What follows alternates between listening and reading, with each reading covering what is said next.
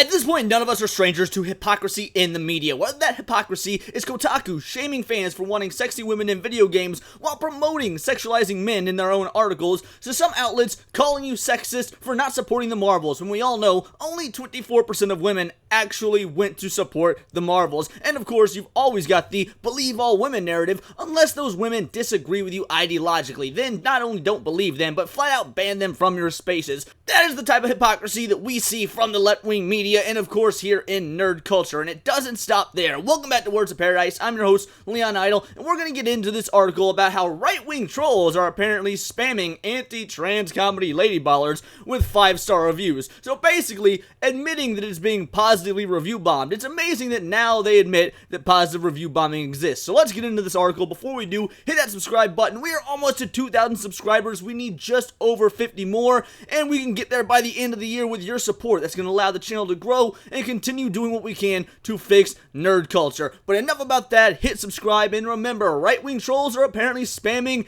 anti-trans comedy ladyballers with 5-star reviews. And I'm gonna be real with you guys. First of all, if you don't know what Ladyballers is, it's the new Daily Wire comedy movie where a group of dudes pretend to be women, cosplay as women, to win a basketball championship or something to that effect. I don't even have that much interest in the movie, if I'm being entirely honest. I just have interest in the idea here that positive review bombing is now being acknowledged. They didn't acknowledge positive review bombing when The Marvels came out. They didn't acknowledge positive review bombing when The Last of Us 2 came out, or really any of these other pieces of media that were stuck at 100% scores for God knows how long when nobody liked the film. You know, The Woman King, Black Panther, Wakanda Forever, these sorts of films or projects, whether they be video games, movies, the whole nine, that had these perfect, seemingly perfect scores locked in on Rotten Tomatoes or whatever review site for literal weeks on end before you finally saw a change, or if you had to go in and click all critics because it was stuck on top critics, and then you would see the real number. Positive review bombing has always been a thing, just like negative review bombing has, but you only want to point out the negative review bombing because usually you claim it comes from these right-wing chuds, these anti-woke type of individuals that want to see things fail. They're always review bombing it, trying to ruin the score, drive the score into the negative. You never talk about the positive review bombing. When The Last of Us TV show gay episode comes out and it's stuck at a perfect score for literal days upon days, assuming every critic gave it just a beautiful, perfect 100% score, when, I'm sorry, mathematically that doesn't work out. So yeah, I don't care too much about this movie Ladyballers, but it is interesting to see you now acknowledge that positive review bombing is a thing, only when it threatens your ideology. Let's read through here. Right-wing film fans have rushed to give inherently unfunny so-called comedy Ladyballers featuring conservative commentator Ben Shapiro 5-star reviews. Every bit of buzzwords they've used in just this one little sub-headliner is absolutely incredible. Inherently unfunny, as if comedy is not subjective. So-called comedy, once again, as if comedy is not subjective, featuring conservative commentator Ben Shapiro. I'm pretty sure Ben Shapiro's role is like a cameo or something very small. The dude isn't an actor, it's clearly there for the gag. You're giving it 5-star reviews. I mean, again, movies are subjective. Some people are going to give, Kevin Costner's Robin Hood 5 stars, despite the fact that he goes through that entire movie speaking perfect American English when it's supposed to be an old, 14th century tale. Very, very British. All I'm saying is people got different opinions when it comes to what they like in their media. So, Shapiro, who filmed himself burning a pricey set of dolls after seeing Greta Gerwig's big screen smash Barbie in July, calling it one of the most woke movies he had ever seen, makes a special appearance in the new film. Now, first of all, I also thought that was dumb. I don't agree with Ben Shapiro's takes a solid 50% or more of the time. I think he's a sad, angry little man who is losing his grip on the culture war and is quite fallen from his days of destroying college girls on 2018 in debates on college campuses. When that's your magnum opus, you don't get a lot to be proud of. Yes, I'm not a big Ben Shapiro guy, if you haven't figured it out. So I thought the burning of a pricey set of Barbies, that was dumb. That being said, when you talk about him making a special appearance in the new film in your opening headline, when he's not even one of the stars of the film, at least from what I've read, you're looking for those rage clicks, you're looking to build this up as, oh no, look at this and this conservative, anti-trans individual starring in a movie that he doesn't even star in is flat out disingenuous, which is a horrible way to do any sort of journalism. Or, I believe this might actually be true, the people at Pink News don't even know the extent of his role because they've not seen the film. This is the type of individual, these are the type of people that will look at a film and say, nope, I understand everything, know anything that's going to be in this movie, I don't need to watch it for myself to have an opinion, and they have skipped it. They're going off second or third hand information about what they've heard other people say about the movie, like a game of messed up telephone, and they're writing their articles based off that. They've got no idea the context or content of this film. They just know it's anti-trans, therefore it must be bad. I'm gonna write an article based on my second or third hand knowledge, and it's gonna be good enough because our idiot readers will eat it all up because they don't know any better, because they also will not watch this movie purely because it's a Daily Wire film. And again, I can't really blame them. Oh, I guess I can. You really probably shouldn't judge things until you've got at least an adequate amount of information about it. I won't say until you've seen it. You can judge things before you see them. I hate that phrase, never judge a book by its cover. If I don't like airplanes, and there's airplanes all over the cover, and the book is called The History of Airplanes, I'm probably not gonna like the book. So yeah, actually judging books by their cover is fine, but when you're gonna judge something, you gotta have an adequate amount of information to judge it. And I can almost guarantee you, anybody on Pink News doesn't exactly look for multiple diverse sources when doing their research, so they probably don't have adequate information. Me, I've seen individuals who absolutely love this movie on, obviously on the right side of the aisle. I've seen people who are more down the center don't really care about this movie at all. I've seen people on the left that are, of course, hating this movie. So I've gotten a pretty diverse range of opinions when it comes to Lady Ballers. My takeaway is, I really don't care, and I'm probably not gonna see it. Written, directed by, and starring Jeremy Boring, who plays Rob Gibson, the film follows a former basketball coach who will do anything to win, which in this case means leading his team of men to don wigs and brutally dominate in multiple women's sports, according to IMDb. The movie, which is exclusive to Daily Wire Plus, also features other Daily Wire contributors, such as anti-trans activist Matt Walsh. While some professional reviewers describe the film as racist, sexist, transphobic, and anti-Semitic.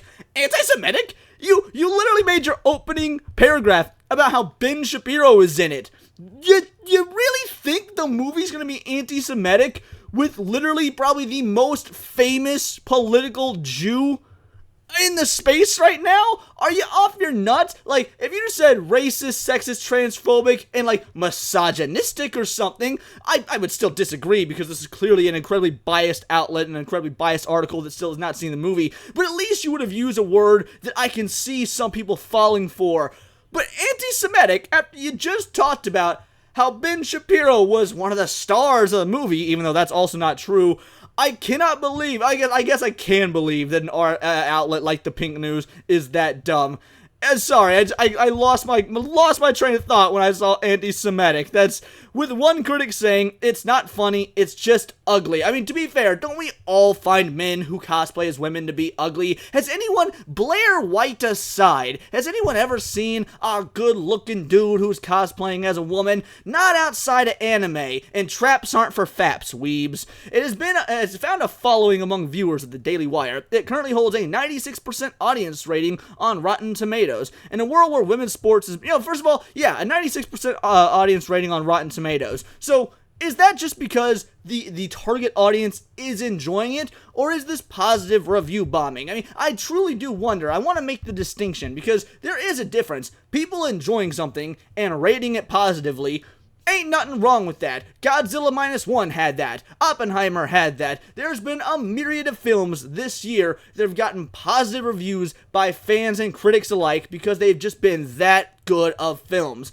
Conversely, if you got positive review bombing, it means you've got individuals who have not seen the film going in and rating it positively just to get the numbers up, to make the numbers look good, regardless of their actual opinions on it, regardless of whether they've seen it, the whole nine. If you're a subscriber to Daily Wire, this movie has been being promoted for a long time now, for a couple months, I believe. So maybe that's not that long in the grand scheme of things. The point is, if you're a Daily Wire contributor or someone who pays for the subscription, you've known about this movie. It is not out of the realm of possibility to think, okay, I watched it day one, I'm gonna go review it now, from anyone that actually pays for a Daily Wire subscription. So I'm curious how they know this is being positively review bombs, how they know it's being spammed with fake reviews, when we don't actually know the number of individuals that have watched this. We don't know the number of individuals that are subscribed to the Daily Wire Plus that have access to this movie. I mean, I've seen a lot of people on YouTube who have done reviews of it. Now, I haven't watched them because I haven't seen the movie myself, so I'm not going to watch the reviews,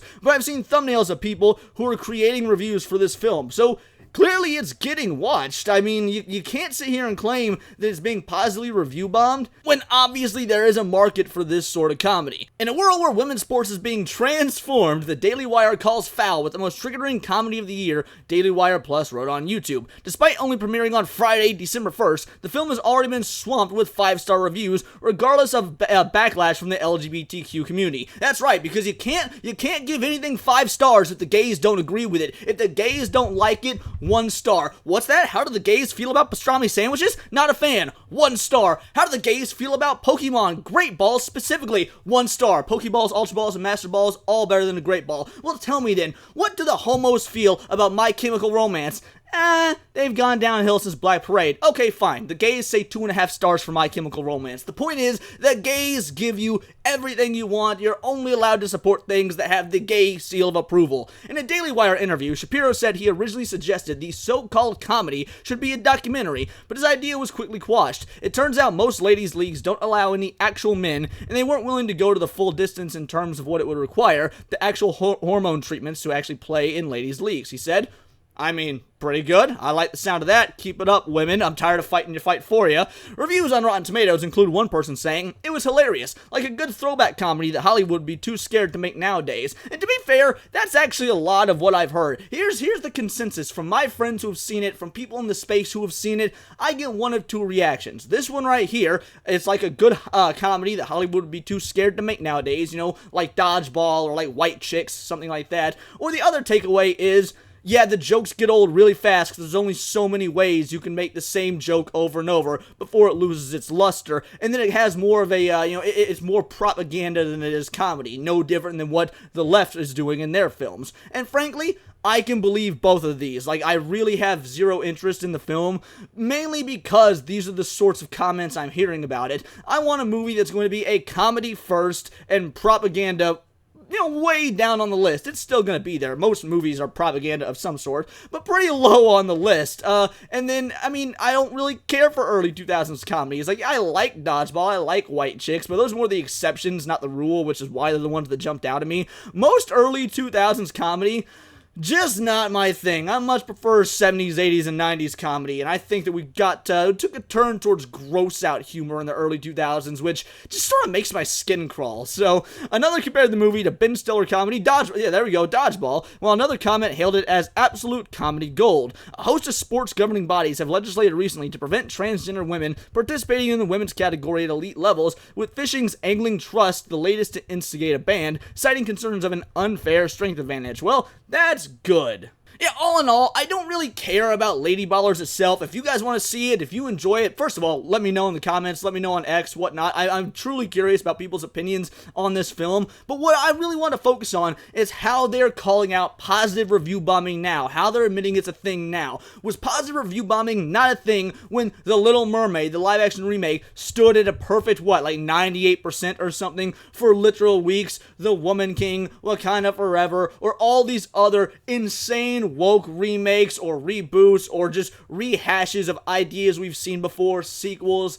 things like that. When you've got individuals that are willing to fake reviews, they're willing to give something a positive review for as low as $50, and then you're going to try and tell us, no, positive review bombing is not a thing, until a movie you don't like comes out, and then claim it's bad, it's all trolls. Well, we could have been agreeing on this from the get-go. We could have agreed that there are individuals on both sides who are trying to manipulate numbers. But nah, you would rather stick to your ideological lens and your absolute hypocrisy to try and build a narrative that wasn't true than you would cross the aisle and agree, hey, maybe some of these talking heads that don't like Joe Biden on YouTube might actually have a point. You couldn't just extend an olive branch, and now you look like fools. But those are just my opinions. Let me know yours in the comments down below, or let me know on X, where you can find me at BoltTheWord. And please do subscribe. We are almost at the 2,000 subscriber mark, and we are trying to get there before the end of the year. We got barely over 50 to go. I appreciate that so much. Hit that button, help the channel grow so we can keep getting messages like this out to the masses. I cover nerdy news every day, not always about things like the Daily Wire or conservative films, but really anything in regards to movies, music, video games, Magic the Gathering, you name it. It's all here in the nerdosphere, and this has been Words of Paradise.